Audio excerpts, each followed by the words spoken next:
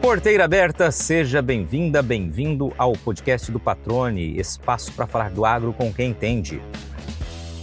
Hoje você vai conhecer a história de um profissional que traduz na prática o que é dedicação ao campo. Ainda adolescente, Paulo Assunção saiu de casa no interior do Paraná para estudar. Formou-se em agronomia, passou por multinacional, enfrentou um grave acidente e quase mudou de rota, até que o destino o trouxe para Mato Grosso. Era início dos anos 90, infraestrutura carente, muita estrada de chão, soja com produtividade enxuta e preços bem inferiores aos de hoje. Mas ele ficou. E, como no exemplo do bambu chinês, passou anos criando raízes antes de, finalmente, romper a superfície. O curioso é que o ponto de virada não veio de um plano de negócios, veio da cerca ao lado. Um vizinho observava em silêncio a lavoura do Paulo melhorando. Entre uma conversa de fim de tarde e uma pinguinha, veio o convite. No dia que você vier olhar a sua plantação, olha a minha também. Ele aceitou, e já naquela safra, a lavoura deu um salto de desempenho. Outros vizinhos bateram a porta. Assim, nascia uma consultoria que hoje atende dezenas de produtores e centenas de milhares de hectares. Nesta conversa, o nosso convidado explica por que a alta produtividade é construída nos detalhes, da distribuição de plantas à vazão da aplicação. Fala dos bastidores da estação própria de pesquisa, dos desafios de cada safra e abre espaço para um lado humano, família, sucessão e os filhos, que agora caminham ao lado dele. Tudo isso às vésperas de mais uma edição de um dia de campo que começou com 30 pessoas e hoje reúne participantes de vários estados do país. Um episódio para quem acredita que capricho, conhecimento e resultado andam juntos no campo. Seu Paulo Assunção, que satisfação recebê-lo aqui no podcast do Patrone. Já começo lhe agradecendo, né? Antes de apertar o botão REC aqui, já lhe agradeci. Agradeço agora publicamente também, porque sei que a correria é muito grande, né?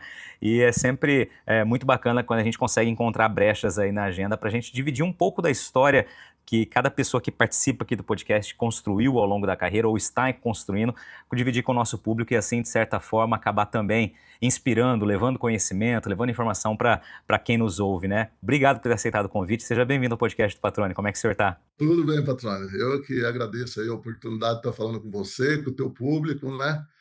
Estamos aí à disposição, estamos na correria, né? Pré aí do evento, já correndo atrás para que tudo saia perfeito aí no dia, né? Mas vamos trocar um papo aí legal aí, trocar uma experiência aí. Legal. Pré-evento, depois a gente vai falar um pouquinho sobre o dia de campo também, que é tradicional do senhor, da empresa, né? Que o senhor construiu aqui em Mato Grosso, né? E que traz também como eixo central, de fato, levar conhecimento, dividir informação.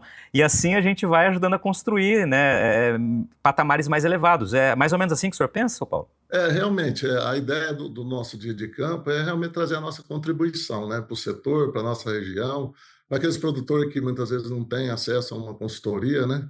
É uma forma da gente retribuir a acolhida que a gente teve aqui no Mato Grosso e de tudo que a gente pôde construir aqui no Mato Grosso. Então, a gente criou esse dia de campo sem fins lucrativos, né? Esse ano estamos cobrando uma taxinha lá, mas vai ser para doação, para instituição de caridade, fazer um lado social aí também, tentar ajudar, né? Mas a ideia é essa, é dividir um pouco do nosso conhecimento, dos nossos resultados de pesquisa, para que as pessoas que estejam lá sejam abastecidas e alimentadas de estratégias e de conhecimento para a próxima safra. Maravilha. Esse dia de campo já é tradicional, já tem mais de uma década e daqui a pouquinho a gente vai entender como começou essa história, né? Mas antes vamos conhecer mais aqui, para quem não conhece ainda, vamos ouvir um pouquinho mais sobre a trajetória, né? As origens aí do seu Paulo Assunção. Já me dizia aqui nos bastidores, né? É do interior do Paraná. Me fala um pouquinho da origem do senhor e como o senhor chega aqui a Mato Grosso. Eu sou natural de Alvorada do Sul, é, próximo de Londrina, ali, uma cidadezinha ali de 9, 10 mil habitantes, né? Sou filho e neto de produtor rural, né? Minha família, meus pais estão lá, minhas irmãs têm propriedade lá no Paraná, né? E eu saí de casa aos 14 anos, fui estudar na Fundação Nishimura, aquele colégio da Jacto, né? Eu costumo dizer que eu tive o prazer de conviver com o seu Sunji Nishimura, né? O dono que era o criador da Jacto aí. E depois eu segui, fui fazer agronomia na FAUME, né, em Bandeirantes, no Paraná também. E terminando o curso, eu acabei passando numa entrevista e já entrei para o emprego numa multinacional, na Bayer, mas eu acabei sofrendo um acidente, rapaz. Entrei de cara numa patrola no meio da estrada. Olha só. Isso acabou me afastando do serviço, e aí, nesse tempo que eu estava afastado, a gente já tinha vontade de vir para o Mato Grosso, comprar propriedade aqui. Aí a gente saiu, foi subindo, passou no Mato Grosso do Sul e tal, e eu já conhecia Tangará, né? Aí chegamos em Primavera do Leste ali, dormimos lá. No outro dia, meu pai falou: "Ei, vamos voltar para trás?" Eu falei: "Não, vamos lá em Tangará." Bom, deu no que deu. A gente comprou a propriedade, né? E eu acabei vindo para cá, então, em 93, né? E estamos aqui até hoje, nessa luta aí, né? E mais à frente aí, depois de uns 10 anos que a gente já estava aqui, foi o primeiro boom do algodão aqui na região, no ano de 2000. Chegou uma empresa aqui arrendando todas as fazendas e tal, e eu acabei arrendando por 2 anos a propriedade. E nesse período, então, eu vim aqui, como eu fiz um contrato já com o distrato feito, eu não vendi minhas máquinas, eu vim aqui fazer colheita, e aí um vizinho meu, eu colhendo do outro lado da propriedade dele, eu ficava o dia inteiro ali, conversando com ele e dando dicas, né, da questão de controle de matos, de pragas, né, que é o seu Jacis Kanagata, a família dele é de Cascavel, hoje falecido, né? E de tarde ele me chamava na sede para nós tomar uma pinguinha, né? E aí, durante todo o período de safra ali, a gente foi conversando, e eu dando dica, né, que eu vi os problemas que ele tinha. No último dia de colheita, que é onde ele ia voltar para Cascavel, ele me chamou para tomar a pinga, e aí ele me pediu se eu não queria montar um planejamento para ele. Falei: "Nossa, senhor Jaci, mas eu moro lá em Londrina, senhor Jaci." "Não, mas o dia que você vier olhar a sua, você olha a minha também." Falei: "Bom, o senhor acha que dá certo, vamos tentar então, né?" E foi assim então que começou a PA. Foi assim que começou essa trajetória. Depois veio outro vizinho, depois veio outro, veio outro. Hoje nós estamos aí com 73 clientes. Essa safra agora, nós estamos com 452 mil hectares, né? Somando todas as culturas. Hoje nós temos 35 agrônomos na empresa, né? Estamos aí em 32 municípios do Mato Grosso e estamos aí na luta. Fácil não é não, mas a gente tem que conseguir dar conta do recado.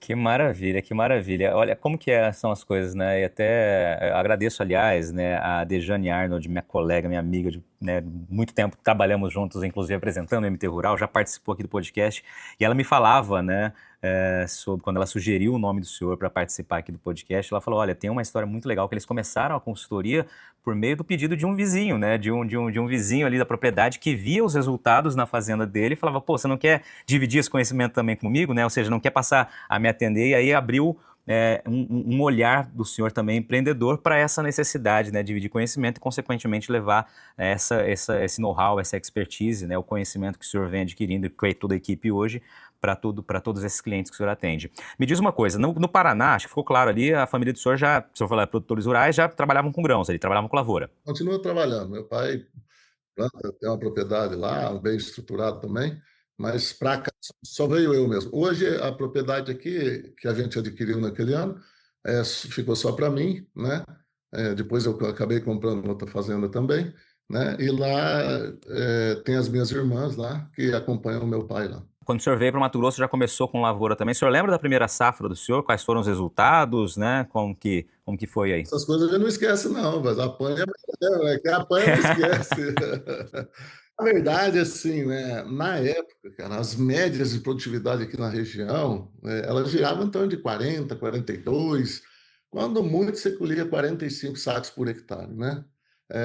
Momentos difíceis, infraestrutura zero, não tinha estrada, atoleiro, não tinha telefone, não tinha comunicação, né? Preço da soja, eu lembro muito bem, em 95, ela $4,5 o saco, não é o bucho, não, é o saco, né? Então, assim, mas tinha uma coisa que me movia, que eu sempre gostei de fazenda, e essa topografia, essa região, chuva, aquilo me enchia de esperança e de vontade, né? E a gente foi ficando e foi insistindo, e aí foi resolvendo os problemas e fomos conseguindo superar algumas dificuldades da região, e a região depois foi prosperando, depois veio asfalto, né? Aí começou o meio de comunicação, celular. Eu lembro que o primeiro celular que eu tive era um de estojo um que tinha até um fio telefônico, aquela bateria, parecia aquelas baterias de filmador, aquelas, né, aquelas baterias grandes, tinha uma anteninha e tinha um lugar bem na frente de uma fazenda vizinha aqui, que era um topezinho mais alto, que ali pegava o sinal, até todo mundo falava assim, não, o PA está lá no escritório, né, que era a lombada lá onde pegava, sempre para fazer as ligações, eu ia naquele lugar lá para conseguir pegar o sinal. Então, assim, mas no começo, muito difícil, né? Eu sempre conto a história, né? Até recente eu fui convidado a ser paraninfo lá em Bandeirantes, onde eu me formei. E aí eu estava contando essa história, né? E uma coisa que o seu Sunji Nishimura falava para nós lá é a história do bambu chinês, né?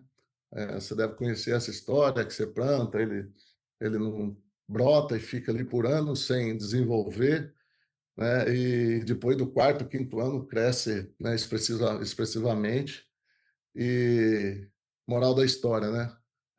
Os meus 4 anos foi 10, tá? Foram 10 anos que parecia que nada ia acontecer.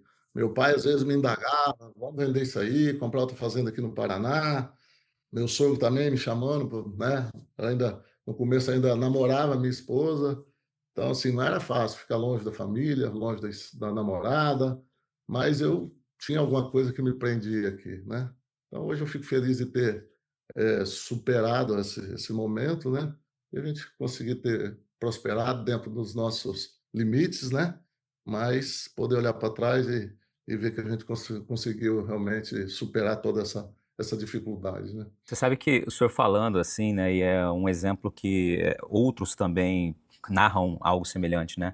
É justamente essa persistência, né? As coisas não vão dar certo de início, no caso, os 4 anos, como o senhor citou aqui, fazendo referência ao Nishimura, os 4 anos tornaram-se 10, no caso do senhor, né? Mas com a persistência, mesmo com saudade da família, mesmo vendo ali, dando murro em ponta de faca, como muita gente costuma, né, se referir quando fala de situações assim, continuou. O que alimentava essa persistência? Além o senhor terminou a frase dizendo o seguinte, alguma coisa, né, me fazia ficar aqui, né? O senhor conseguiu identificar o que era essa coisa, essa vontade vinha de onde, essa garra vinha de onde? Eu sempre fui apaixonado por fazenda, máquinas. Eu lembro que quando eu era molequinho novinho, eu brincava com enxada, tipo, com a ponta da enxada riscando no chão, como se estivesse preparando o solo. Então, assim, eu sempre fui apaixonado por isso. E aqui, essa questão climática, topografia, o tamanho da propriedade, né? E a oportunidade, né? Porque, assim, quando a gente comprou a propriedade aqui, a gente não conseguiria comprar uma propriedade desse tamanho lá. Então, oportunidades de crescimento, né? Mas, assim, muita paixão mesmo, realmente. Isso até hoje, isso é que me move. Eu costumo dizer que hoje, para mim, quando vem um novo cliente, cara, é, eu não penso no que a empresa vai receber, eu penso no desafio. Eu já começo a querer entender qual é o problema, para já entender a estratégia, onde que a gente vai trabalhar, o que que a gente, para poder realmente entregar um resultado melhor, né? Então, inclusive, no nosso slogan de missão, visão e valores, né? Tá lá, né, em valores, paixão pelo que a gente faz, né? Eu sempre falo isso com meus filhos, cara, trabalho é árduo para todo mundo. Às vezes as pessoas me perguntam, cara, mas quando é que você vai tirar o pé? Você fica trabalhando até essas horas todo dia. Cara, eu faço isso por um prazer, porque eu estou ali, né? Não é por obrigação. Então, assim, e quando vem os resultados de produtividade, principalmente quando entra um cliente recente, aí nós pegamos um cliente que estava com as produtividades muito baixas, já no primeiro ano a gente jogou 20 sacos a mais por hectare. Cara, isso vem uma energia, um prazer, uma satisfação de estar ajudando a pessoa a superar aquelas dificuldades, e isso me carrega a bateria, bicho. Aí eu falo, bora, vamos mais um ano, e as coisas foram acontecendo e chegou onde chegou aí, né? Maravilha. Antes de eu te perguntar um pouquinho do panorama de hoje, vamos lá. Aquele vizinho do senhor lá, que, né, já é falecido, o senhor mencionou. A primeira consultoria que o senhor colocou na prática ali na propriedade dele, teve diferença de resultado da safra anterior? Sim, sim. Eu lembro bem e eu mantive a mesma proposta que ele me fez no momento, eu mantive até o falecimento dele, né? E, e é um negócio um pouco diferente do que a gente trabalha hoje, mas ele me fez uma proposta o seguinte: ele produzia lá em torno de 44, 45 sacos. Ele falou: não, ó, então se você concordar, então eu vou te fazer uma proposta. Eu te pago 0,8% se você produzir até 50 sacos, se passar de 50, eu te pago 1%, né? No primeiro ano, nós colocamos 58 sacos por hectare. E assim, olhando hoje, aos olhos das pessoas de hoje, os problemas são simples, mas na época não se conhecia. Por exemplo, ele tinha um problema muito sério de nematóide, né? Nematóide cisto, né? E não estava sendo trabalhado isso. Isso aí, hoje a gente tem ensaios aí mostrando, chega a tirar 30 sacos por hectare se tiver uma pressão alta, né? Outro problema é que ele tinha muito problema com plantas daninhas, né? Então, assim, adequação de produto, pré-emergente, doses, né? Então, assim, de certa forma não foi tão difícil produzir isso aí. Até tinha acabado de chegar no mercado uma cultivar com resistência às raças que existia na época, né? E então foi mais ou menos por aí o caminho, mas e aí, em função desse resultado, e era uma estrada que cortava essa fazenda ali, era uma estrada que tinha bastante movimento, né? E aí, cara, o impacto visual foi muito grande, né? Tinha alguns problemas de mancha, muita mancha de calcário, aí a gente arrumou um Aiveca, tombou aquelas manchas, aí aquele amarelo já sumiu.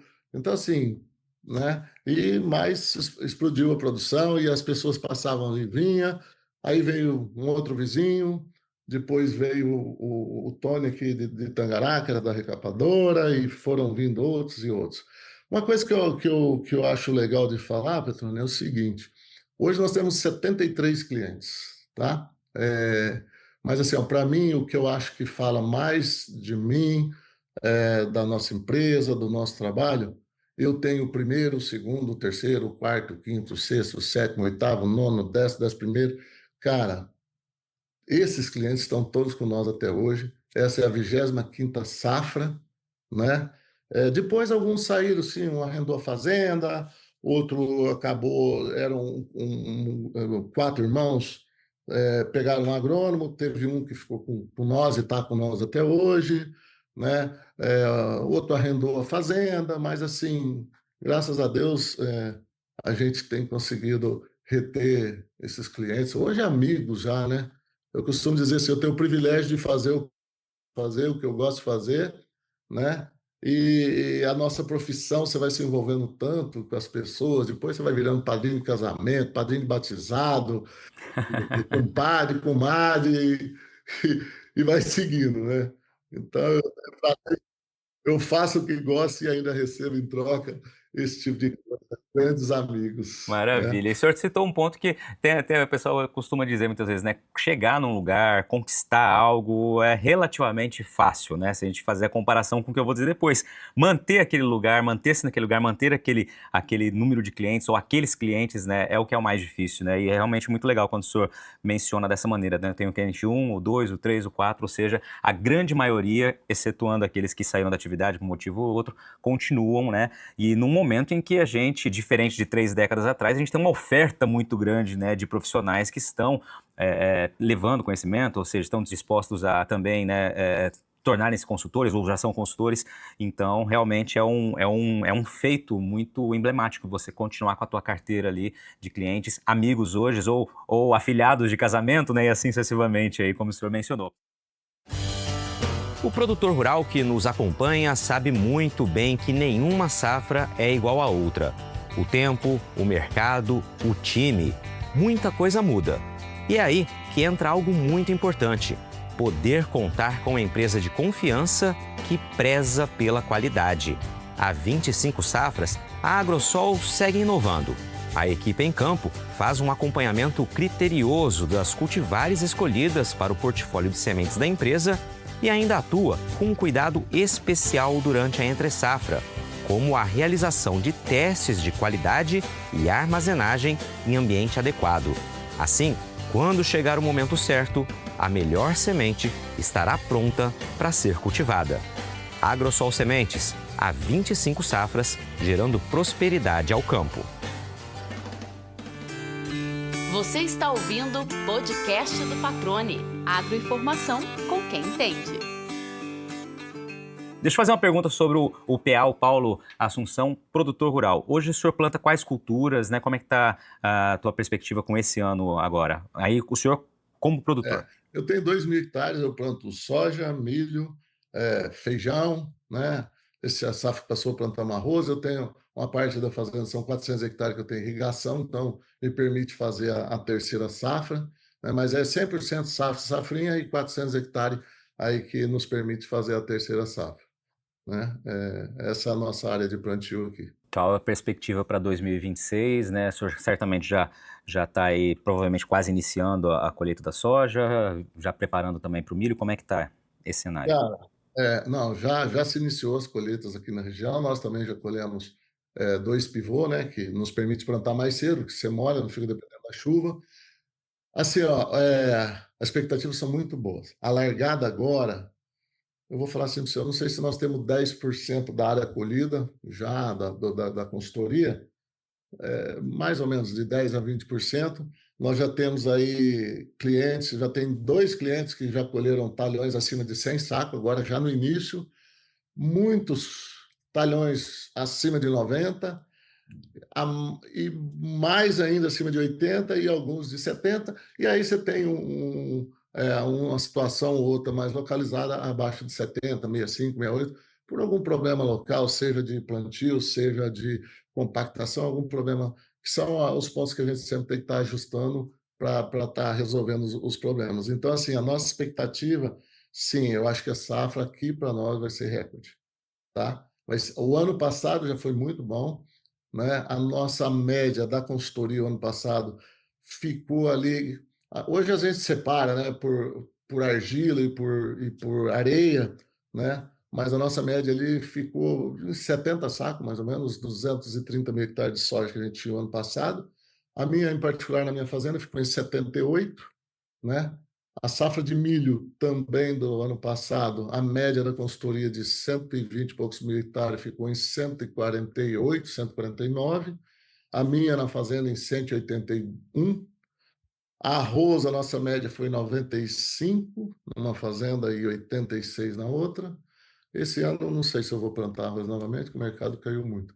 Mas, assim, mesmo em cima desses números, eu ainda acho que vamos colher mais, tá? Pelo menos aí uns 5% mais, eu acredito que vai ter. Nós temos cliente aí que está muito mais acima de 5. Eu tenho cliente aí que o ano passado fechou 72, ele está com 4.500 colhido com 85 de média. Metade da área já praticamente colhida, com muito soja a mais, né? Então, o Mato Grosso vai produzir bem. Se daqui para frente continuar tudo beleza, permitir colher no time correto, né? Mas pelo pouco de área colhida, nós já temos um monte de talhão, já tem 2 talhão acima de 100 sacos, né? Que são uns alvos que a gente tem, né? E já tem um monte de 93, 95, 96, 86, 83. Cara, os produtores estão animados. Graças a Deus, né? Porque os preços estão aí bem achatados, a margem está achatada, e para a gente passar esse momento difícil tem que ter produtividade. É o que está ao alcance do produtor. Até mencionaria isso, né? Para quem muitas vezes aqui não conhece a realidade de uma lavoura, né? Do dia a dia de uma fazenda, está nos ouvindo aqui, produzir bem, alcançar uma produtividade recorde ali na tua área, não significa necessariamente que a rentabilidade vai acompanhar, porque esse é um dos elementos aí, né? Então, aqui o seu Paulo mencionou muito bem, né? As margens estão muito achatadas, os preços não estão aqueles que eram aguardados, então o que a gente pode fazer, a gente enquanto produtor, né? Não é o meu caso, mas é justamente produzir bem, buscar os melhores elementos para que consiga fazer o, entre aspas, dever de casa, considerando aí todas as variáveis, né, meteorológicas também que culminam para um resultado de uma safra. E aí, o senhor trouxe umas produtividades aí que, se a gente fizer uma comparação de conta de padeiro aqui, são o dobro, né, do que colhia-se aí nos anos 90, quando o senhor chegou para cá. Em poucas palavras aí, ou em tópicos, quais as diretrizes, os elementos para alcançar uma boa produtividade na tua avaliação, Paulo? Uma boa pergunta, Petrone. Bom, É claro que para a gente atingir essas médias de 100 sacos, a genética foi muito importante, o avanço em tecnologia, genética, né? Eu coloco também o avanço na parte de tecnologia de máquinas e equipamentos, né?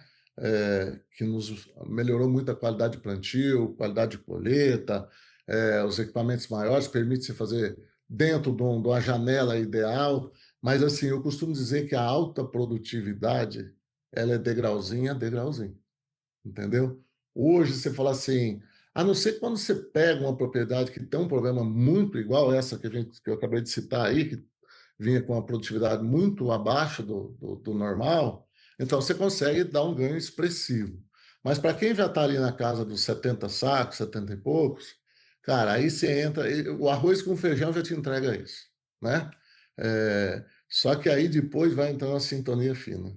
E a sintonia fina, cara, é detalhes, né? Então, vou dar um exemplo aqui. Eu falei de máquinas, né? A qualidade, a distribuição de plantas. Hoje nós temos trabalhos, hoje nós temos um BI na empresa também, que a gente faz todo esse levantamento, toda a safra. Para cada 10% de CV, que é, vamos dizer assim, plantas fora do espaçamento ideal, tá? A gente perde 3 sacos por hectare para soja e 6 sacos por hectare para milho, tá? Isso aí custa o que a mais? Nada, capricho. Né? Como dizia o falecido Gacem, né? Conhecimento aplicado por hectare. Então, assim, ó, apenas um detalhe eu estou te falando, que a distribuição de plantas, eu tenho lá 10 plantas por metro. Essa variação de distância entre plantas, se elas estivessem todas no espaçamento ideal, né? Para cada 10% nós perdemos 3 sacos por hectare. Isso comprovado por quê? Nós fazemos avaliação dos coeficientes de variação de todos os talhões de todas as fazendas que a gente atende. Então, nós temos isso, a média precisa disso aí. E para milho, eu falava que era 5, depois que montamos o BI, 6 sacos por hectare. Só nesse quesito, né? Aí depois veio muito conhecimento na parte de fertilidade, perfil de solo, estruturação de solo, né? De quando a gente chegou aqui, ainda eu lembro que uma vez eu procurei um professor, mostrei as análises de solo, tipo assim, cara, cerrado era meio que assim, isso aqui é impossível produzir, né? Então foi se construindo a fertilidade, foi vindo muito conhecimento. Hoje, então, a gente abre uma área de cerrado ou de floresta aí, você já pode estar plantando soja já no primeiro ano. A gente já tem o conhecimento, a tecnologia, para já sair colhendo lá 60 sacos, 70 sacos por hectare, né? Mas, depois disso, vieram muitos problemas também, né? Veio mela, veio cancro, veio ferrugem, veio... Aí entra a parte dos tratos culturais, que também evoluiu bastante. Mas os problemas parece que estão em mais velocidade do que as soluções, tá? Então, hoje, para você ter uma ideia, os melhores manejos de fungicida nosso, aqui na nossa região, que é quente e úmida, ele está entregando lá 60%, 70%, alguns entregam abaixo disso. Dependendo da época de plantio e a cultivar, ele vai te entregar 50%, 55% de controle. Então, aí a gente começa a se prender nos detalhes. Nós estamos com um trabalho, por exemplo, esse ano, de vazão. Fizemos uma avaliação ontem. Vazão 200 litros por hectare, 150 litros por hectare, 100 litros por hectare e 50 litros por hectare. 50 litros por hectare, avaliado ontem, 35% de severidade. 200 litros por hectare de vazão, tá? 5% de severidade. Então, assim, os tempos vão passando, as dificuldades vão vindo, e a gente tem que fazer mais com menos. Os produtos não estão tão eficientes, o que nós podemos fazer para melhorar isso aí? Por isso que eu digo assim, ó, a alta produtividade é os detalhes, né? É degrauzinho a degrauzinho, cada ano você vai aprendendo uma coisa e outra e vai juntando tudo isso para poder chegar nesses níveis de produtividade. Excelente. E aí, o senhor foi mencionando, né? Muitas vezes estão nesses detalhes, 2 sacas aqui, 4 sacas ali. 3 aqui e assim a gente acaba construindo ali todo um resultado muito mais expressivo se a gente se atenta a isso e evita essas perdas ou evita deixar de conseguir produzir isso daí, né? O senhor falou de pesquisa, vamos lá, como estão as áreas de pesquisa de vocês? O senhor citou no começo, tem uma área destinada à pesquisa, né, aos ensaios aí. Me fala um pouquinho desse trabalho. Nós temos hoje, fica na minha fazenda, né? Na Fazenda São Paulo, nós temos 50 hectares de pesquisa, né? Então, ali é onde a gente monta um monte de ensaios, seja eles contratados por empresas ou não, né? A gente tem muito protocolo interno nosso, é onde a gente tira toda a nossa base de conhecimento para a construção das estratégias de manejo para os clientes, entendeu? Hoje, assim, ó, com a gama de problemas que a gente tem, é fundamental que se tenha uma estação de pesquisa. Eu não posso ficar à mercê de informações somente das empresas e das instituições, até porque muitas vezes elas chegam um pouco mais tarde, né? Então, hoje, por exemplo, a gente, quando lança um produto, a gente já tem conhecimento, a gente já passa a utilizar. Eu observo, assim, quando a gente conversa com outras consultorias que às vezes não tem a estação de pesquisa, existe um delay aí mais ou menos de 2 anos entre você ter o conhecimento e você já sai, lançou, você já sai aplicando aquilo que você já avaliou, sabe que é bom, sabe dar resposta, enquanto que quando lançou aí outros vai começar a testar, no outro ano que ele vai aumentar a área e assim por diante. Então, a parte de pesquisa, esse ano, por exemplo, nós estamos com 112 cultivares plantados em 3 épocas. Tudo para quê? Cabe a nós filtrar para os nossos clientes quais são realmente as variedades que não só olhando para a produtividade, né, mas olhando para o todo, quais são as cultivares que vai bem em cada região, qual a população, conhecer a sanidade, se ela tem algum problema ou não, para a gente poder ser mais assertivo. Então, nós tínhamos, o ano passado, 122 cultivar, plantado em 3 épocas para ver qual o melhor, se ela perde muita produtividade mais tarde, qual a melhor época de plantio. E depois, mesma coisa no milho, 70 híbridos, no algodão, 36 cultivares de algodão, tudo para poder... Só o ano passado, nós tínhamos 1.000 e poucos tratamentos de fungicida. Tá? Para cada tratamento, são parcelinhas ali de 3 por 5, né? Para cada tratamento a gente tem 4 repetições, normalmente na safra a gente faz aí entre 2.800 e 3.000 tratamentos, então são 12.000 parcelinhas, tudo, né, colhendo na mão, agora compramos um colhedor de parcela de pesquisa, mas colhendo na mão, trilhando, pesando, fazendo todas as avaliações, acompanhamento, para poder realmente criar a melhor estratégia para os nossos clientes. É trabalhoso, mas é muito gratificante, cara. Eu gosto muito de pesquisa também, né? É gostoso porque isso alimenta. Aí você monta um protocolo, puta merda, por que eu não botei esse tratamento? Aí vai mais um ano para frente para poder tirar aquela conclusão. É um eterno jogo de xadrez aí, né? Ficar encontrando soluções aí para cada desafio que aparece, né? Não acaba nunca isso aí. São quantos anos de pesquisa já? Eu me perdi, acho que não sei se o senhor chegou a comentar. A pesquisa, a gente começou com pesquisa em 2011, 12. Né? Então, assim, a gente chegou lá em 50, 60 mil hectares de área de atendimento, e aí fui vendo a necessidade, né, da gente não ficar dependente apenas de informação das empresas. Não que elas não sejam válidas, que a gente não olha. Na verdade, hoje, o ano passado, nós tínhamos 89 empresas com protocolos contratados dentro da nossa estação, né? E aí tem de tudo, desde nutrição, fisiologia, herbicida, inseticida, fungicida, né?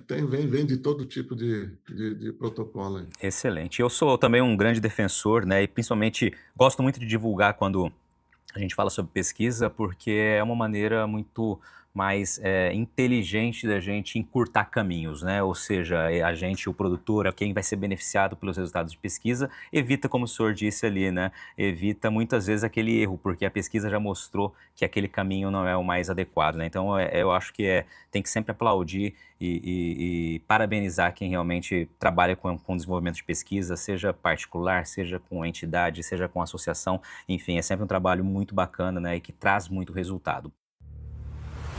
Tem feira que a gente visita e tem feira que constrói história. A Farm Show MT é assim. Há 10 anos nasceu para aproximar o produtor da alta produtividade e de lá para cá virou referência nacional.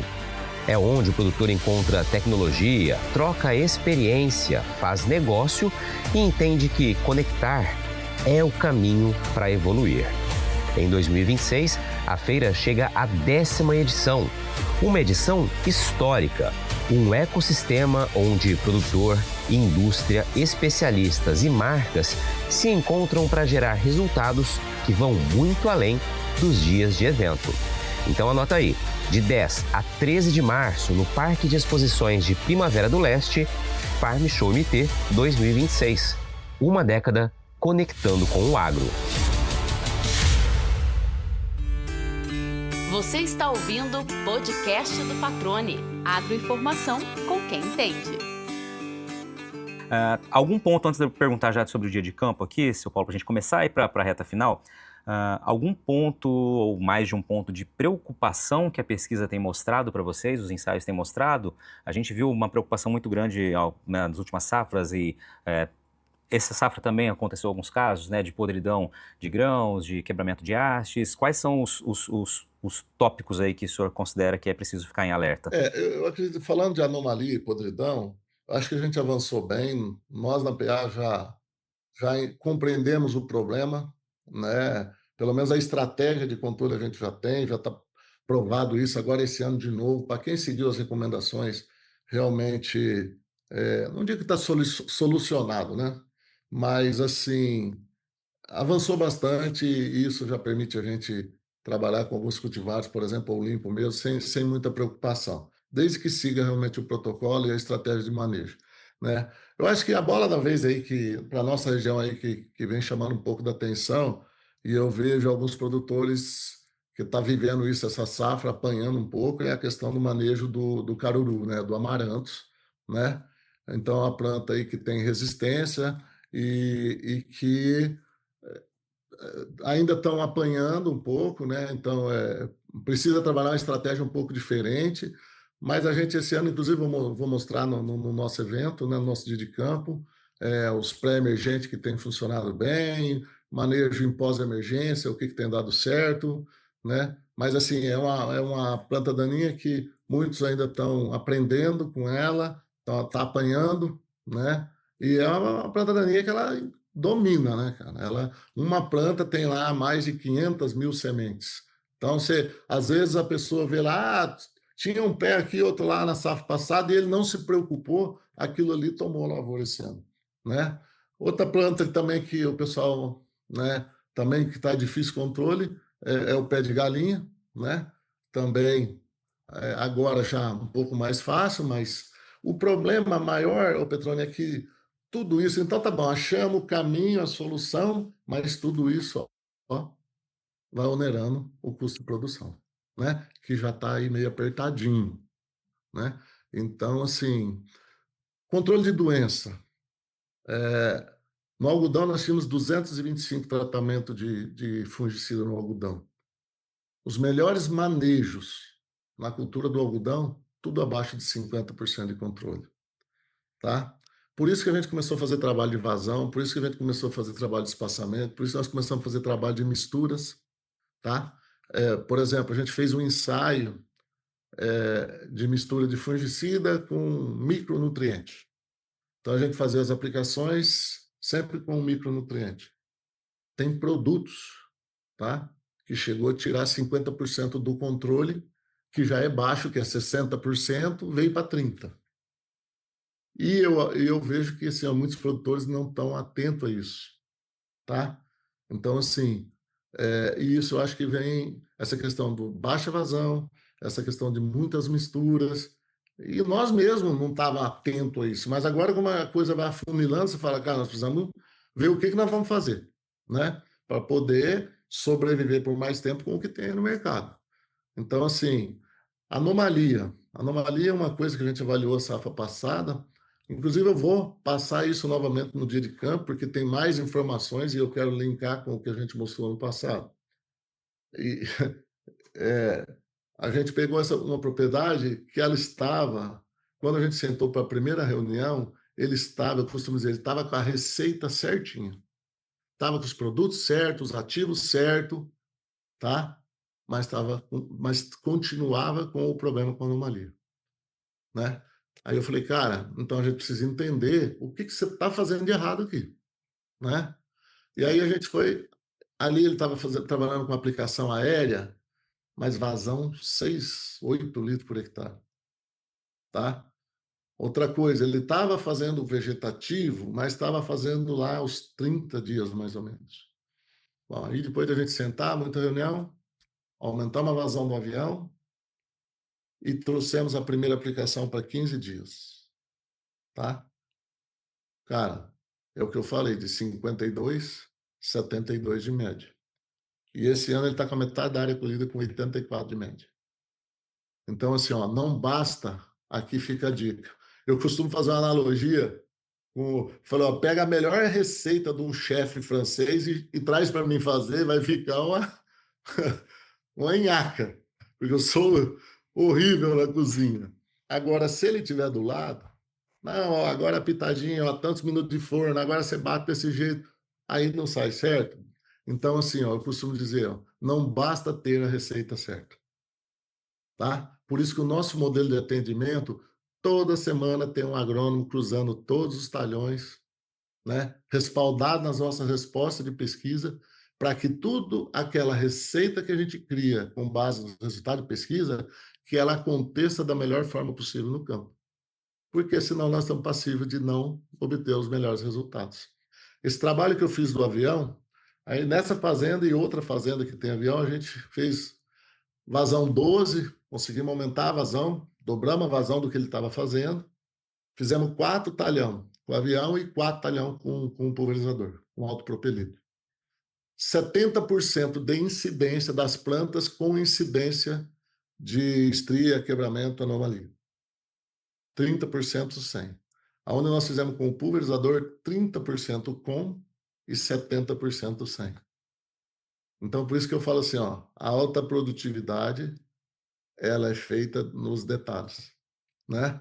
E o mesmo resultado a gente obteve em outra fazenda, 200, 300 quilômetros para frente, fizemos lá também com avião e com terrestre, a mesma resposta, 70, 30, 30, 70. Inverte a posição. Então, aí só para você ver, né? A dinâmica do negócio. Apenas um detalhe e a antecipação da primeira aplicação, tá?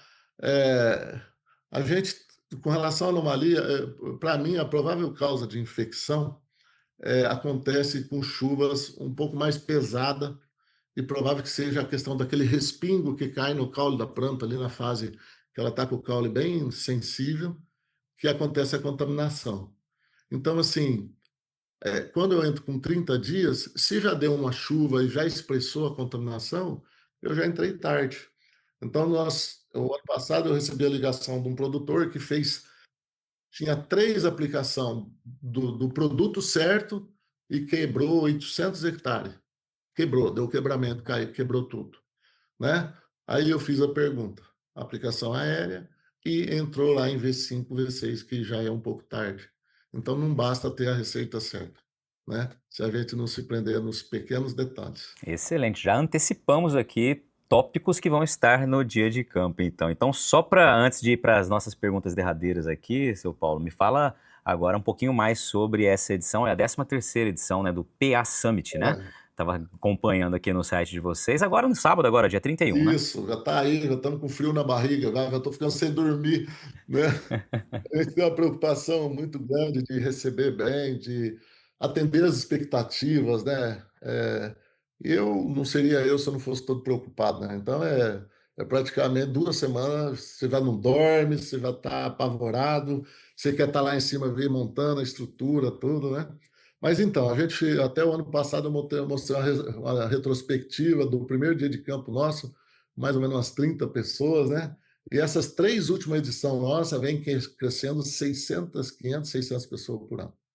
Então, nós fizemos lá 1.100, depois foi para 1.600, foi para 2.100. O ano passado, nós tivemos 2.600 pessoas inscritas, fora os que vêm e não se inscrevem, né? Então, assim, A nossa expectativa é que a gente, pelo menos, mantenha o público, né?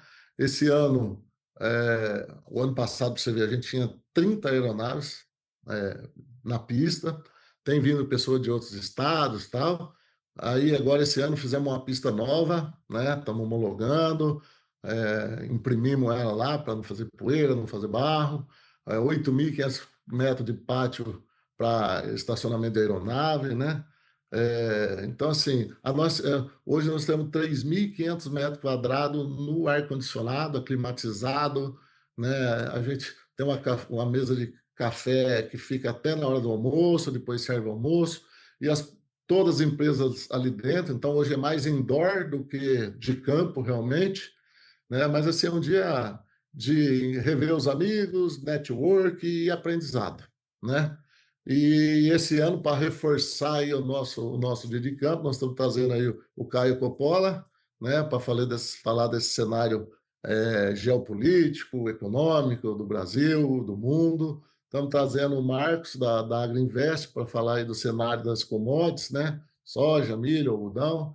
E nós, com as nossas palestras, trazendo realmente o lado mais técnico, né? Vamos falar aí de doença na cultura do algodão, doença na cultura de soja, anomalia, controle de amarantos, do caruru, entre outros trabalhos ali que a gente vai estar mostrando no dia. Então, a nossa expectativa realmente é a melhor possível, né? E sempre assim, né? Sempre aquela tensão de realmente chegar no dia, tudo dar certinho, todo mundo sair satisfeito e ver que valeu o dia, né? Não foi um dia perdido aí. Que bacana. Conhecimento dividido nunca é dia perdido, né? Quem vai conhecer, ouvir informações, realmente é um dia especial. Tá aqui, tá lá no site da agropa.com.br. Realmente é um preço simbólico aqui, como o seu Paulo comentou, né? Que vai ser revertido, vai ser doado esse preço. Então, é o preço que não paga nem o almoço, né? Se você considerar, é um preço simbólico mesmo, né? O almoço lá hoje, ele custa R$ 130, porque a empresa tem que sair daqui, levar cadeira, levar cozinha, levar tudo, servir, né? Então é realmente uma taxinha para falar, ó, vamos dar mais um passinho, né? Vamos fazer agora uma contribuição social, já que as pessoas vêm aqui, têm um bom dia, levam informação. Eu falei, cara, vamos tentar ajudar quem está precisando, essas instituições. Muito bom. Ainda para quem que a gente vai enviar, mas com certeza a gente vai estar registrando a entrega do cheque, do valor que foi arrecadado para a instituição e vamos estar divulgando depois. Que legal, parabéns pela iniciativa, pelo trabalho, né? E o resultado que o senhor mencionou da quantidade de pessoas que têm participado e aumentado a cada ano reforça, né, a qualidade do evento. Começa às 7 da manhã. O pessoal quiser mais informações é só entrar lá no site. Vamos para as perguntas derradeiras aqui, tradicionais do nosso bate-papo aqui. Seu Paulo, passou rápido o tempo aqui, viu? Se deixar a gente conversa. O que eu disse no começo, faltou no bastidor, que faltou o tereré ou o chimarrão aí pra gente molhar a boca enquanto a gente conversa aqui, porque a prosa foi longe e passou rápido mesmo. Vamos lá. Primeiro ponto, na verdade, aqui não é nenhuma pergunta, é um pedido para que o senhor traga aqui para quem está nos ouvindo. O senhor vai colocar em 3 tópicos muito breves aí quais foram os principais temas aqui desse bate-papo que o senhor considera. Ó, pessoal que nos ouviu, fica com essas 3 mensagens aqui. Coisa bem objetiva, vamos lá. Eu acho assim, ó, para alta produtividade, cara, observar os detalhes, né? Não se prenda só nos macros, se prenda nos micros, que a alta produtividade é feita 2 sacos aqui, 3 ali dos detalhes. Esse é um deles, né? Conhecimento fundamental, né? E paixão pelo que faz. O Gassen já falava, né, que ele fez uma entrevista com um monte de produtor e a resposta era o quê? Né? Capricho. Então, assim, capricho para mim é ser apaixonado, querer realmente ver as coisas acontecendo, né? Eu acho que são 3 pontos aí fundamentais. Excelente, excelente. Perfeito, gostei muito da síntese. Eu acho que foi retocável aí os 3 tópicos que o senhor trouxe. Agora a gente tem as tradicionais aqui. A primeira é a seguinte: qual a pergunta que o seu Paulo Assunção gostaria de ter que responder um dia que ainda não foi feita a ele? O que o senhor gostaria de ter que falar que até hoje não te perguntaram, não te deram essa oportunidade? Esse é o momento aqui para o senhor abrir seu coração. Falar, olha, nunca me perguntaram sobre isso, é o que eu quero falar um dia. A pergunta que eu... Nossa senhora, agora você me apertou, hein? Não estava preparado para ela. Por isso que ela fica para o fim sempre por conta disso. Porque a nossa conversa sempre ela é muito técnica, né? E assim, Cara, mas o que que eu espero ouvir de pergunta, né? Tem muitas pessoas que me perguntam, né? Ah, onde você quer chegar? Ah, cara, eu não tenho essa meta. Para mim é o dia a dia e fazer, entregar resultado. Me preocupo muito com a qualidade do nosso serviço, criamos mais cargos de coordenação para dar suporte, para não deixar cair. Agora, eu gostaria de poder responder uma pergunta que eu acho que a gente pudesse realmente estar enxergando um mundo melhor, entendeu? Um mundo de mais harmonia, de menos coisas erradas, menos corrupção, um país mais estabilizado, mais justo também, mas, né, acho que a gente está passando um momento conturbado aí também, né? E a gente não tem que ficar se preocupando com isso, né? Se preocupar com o trabalho, com a produtividade, sem ter que ficar realmente preocupado, invisto ou não invisto, faço ou não faço, né? Dessa insegurança que a gente tem passado nesse momento, né? E ver as pessoas mais próximas, mais amigas, né? Eu vejo que os negócios vão crescendo, as pessoas vão se afastando, e eu não sei se eu tenho um lado muito sentimental também, eu sofro muito com isso, com preocupação com pessoas, né, mas realmente não sei, assim, ó, Petrônio, você desculpa, mas não. Não, valeu. A regra foi a certa. Passou nas regras. O senhor trouxe um pensamento aí que não derivou de uma pergunta, mas tem um pensamento que deu para compreender muito bem. Tá aceito na regra do podcast aqui, tá? Tá aceito. Vamos lá. A próxima é mais simples. Uma curiosidade sobre o senhor. Algo aí que só o pessoal mais próximo sabe. Você vai dividir comigo só e quem tá ouvindo aí. Rapaz. Não, eu gosto muito de viajar, né, eu acho que viajar é conhecimento, é cultura, né, mas gosto muito de estar entre amigos, de fazer o nosso tradicional carneirinho lá em casa, chamar as pessoas. Gosto muito de estar em família, amo estar com meus filhos, com a minha esposa, com o sogro, com o pai, eu gosto muito de estar em família, né? Eu acho que isso, até quando meus filhos, que estão iniciando agora comigo, pediram para vir trabalhar comigo, porque você fica sempre aquela tensão, né? Será que vai querer trabalhar? Você vai querer ir embora? E depois que eles pediram para vir, você não tem noção do que isso carregou as baterias, que energia que é essa que, cara, de felicidade de ver eles aqui na mesa do lado, dividindo comigo, conversando. Então, assim, eu acho que é isso aí, não tem nada assim mirabolante, nada de, né, que eu almeje muito diferente do que eu tenho hoje, não, Que né? maravilha. Quantos filhos o senhor tem? Qual a idade Eu dos tenho filhos? o João Vitor, que fez administração, e o Luiz Felipe, que fez agronomia, né? E hoje o Luiz Felipe começou esse ano, o João Vitor já estava um ano aqui, ele que está organizando o evento aí. E é isso, né? A gente está sonhando junto, em família, olhando para frente, tendo, né, os meus desejos, querendo fazer as coisas junto, querendo ver crescer, criando estratégias, né, para melhorar serviço, atendimento, melhorar a empresa. É, eu acho que é isso aí, Que né? maravilha, né? E como o senhor disse ali, né? Dá um outro ânimo, né? Dá um outro gás, recarrega as baterias, né? Eu imagino realmente. E vendo aqui quem está nos ouvindo só, né? Eu tô vendo no semblante do senhor o quanto isso aí mudou, o quanto energizou, né? Ficou claro no jeito que o senhor começou a falar. É porque senão fica sem sentido, né? Se a pessoa chega, não, não quero, não quero, você fala, rapaz, e aí, eu preciso de muito mais do que eu tenho para, né? Então, realmente, quando você vê o brilho nos olhos deles, olhando para o mesmo caminho, sonhando com as mesmas coisas, né? Almejando as mesmas coisas, é tudo de bom. Maravilha. Para fechar aqui, seu Paulo, o senhor está em rede social? As pessoas quiserem te rachar ali, tá no Instagram, no LinkedIn, Facebook ou não? Como que é? Eu não sou muito da rede social, não, Petrone. No passado, eu postava as coisas, mas, assim, eu acho que essa questão social, de mídia social, muitas vezes é muito ingrata também, né? E eu vi que, assim, às vezes você acaba mais provocando certas coisas que não teria porquê. Então, eu não sou muito de postar sobre mim, onde eu estou. Se você olhar meu Insta lá, ele está parado há algum tempo. Aí nós temos, sim, o Insta da PA, que ali, então, é alimentado. Nós estamos aí com um projeto para estar melhorando também isso aí, trazendo boletins técnicos mensais, tal, dar uma repaginada, trazer informações mais relevantes.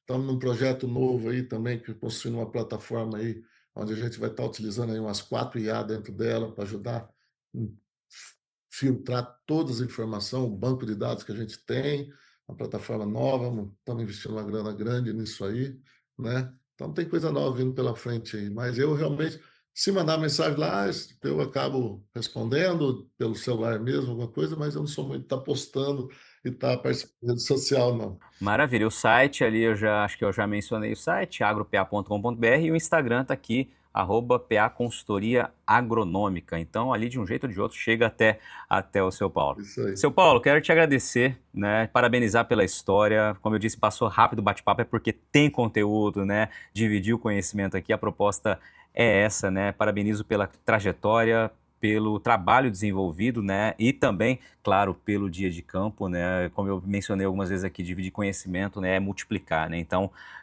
fica aqui meu agradecimento pela participação e o parabéns aí por toda a trajetória que vai render muitos e muitos frutos pela frente ainda. Eu que agradeço, Petrônio, pela oportunidade. Foi um prazer estar falando com você, com o teu público, né?